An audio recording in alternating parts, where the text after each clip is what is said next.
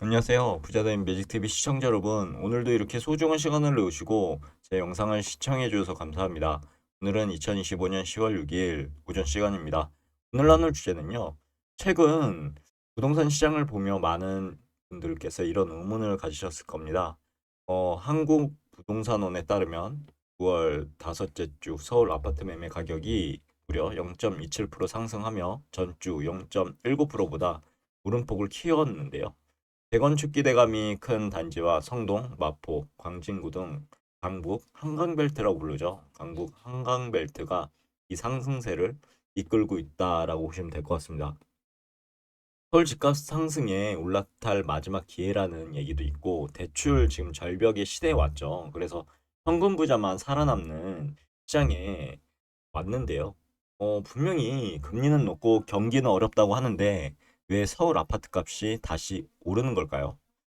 보시면 어 보면 이렇게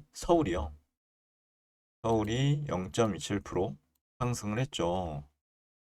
시장은 앞으로 더 오를 것이라는 기대 심리로 뜨거워졌습니다. 하지만 자금 조달의 문은 정반대로 차갑고 차갑게 식어가고 있는 거죠. 정부의 대출 규제 강화로 은행 문턱은 나날이 높아지고 있고요.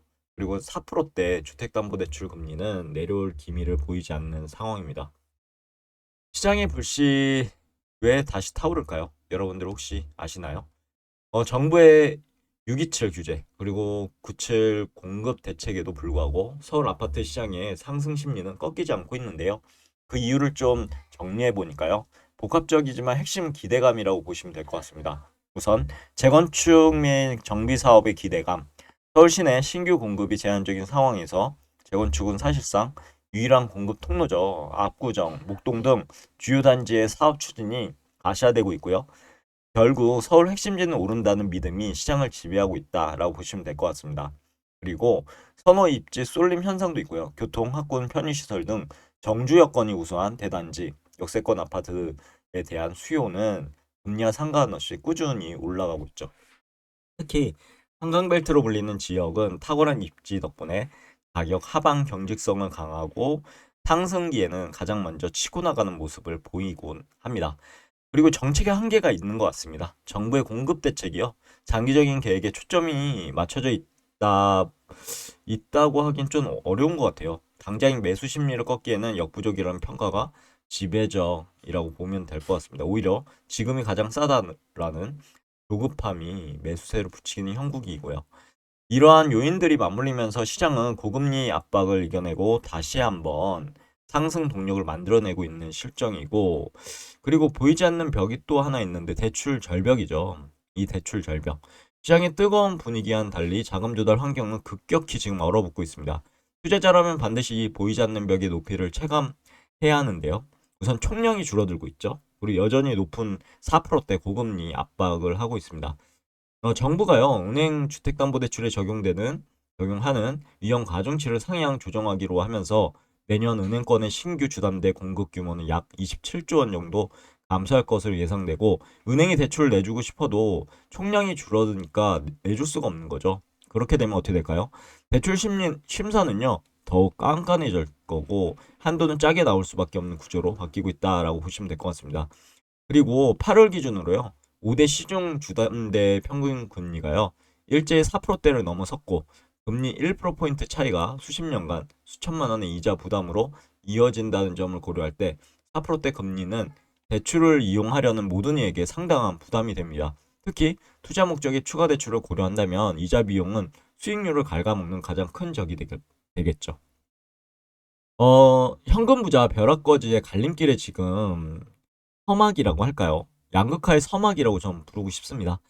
이처럼 가격은 오르는데 대출은 막히는 시장.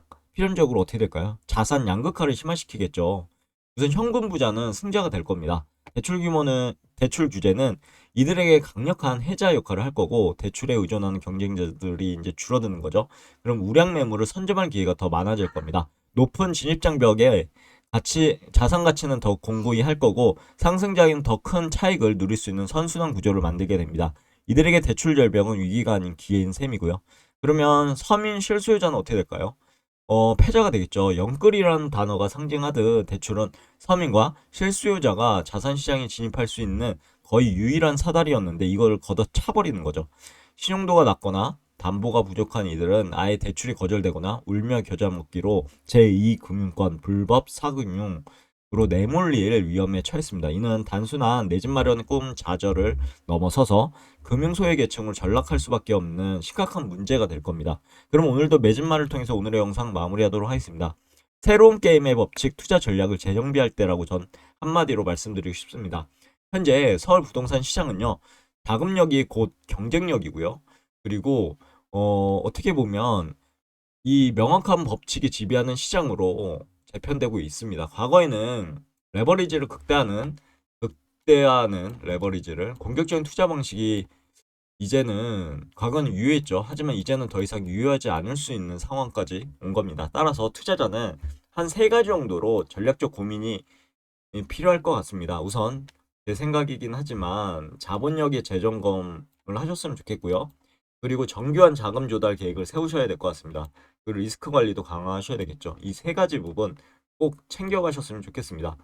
나의 가용 현금은 얼마이고요. 안정적으로 조달할 수 있는 자금의 한계는 어디까지인가?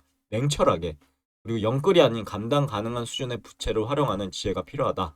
그리고 대출 규제가 강화될수록 정책금융 상품, 디딤돌이라든지 보금자리론 등 가치는 더욱 중요해질 건데요. 자격 요건을 꼭 확인하시고 활용 가능한 모든 수단을 미리 검토하셔야 될 것 같습니다. 그리고 고금리가 장기화될 가능성에 대비해야 될 것 같습니다. 무리한 대출은 금리 상승기에 곧바로 부메랑으로 돌아올 수 있기 때문에요. 매달 상환해야 하는 원리금이 나의 현금 흐름을 위협하진 않는지 반드시 스트레스 테스트를 꼭 거치셨으면 좋겠습니다.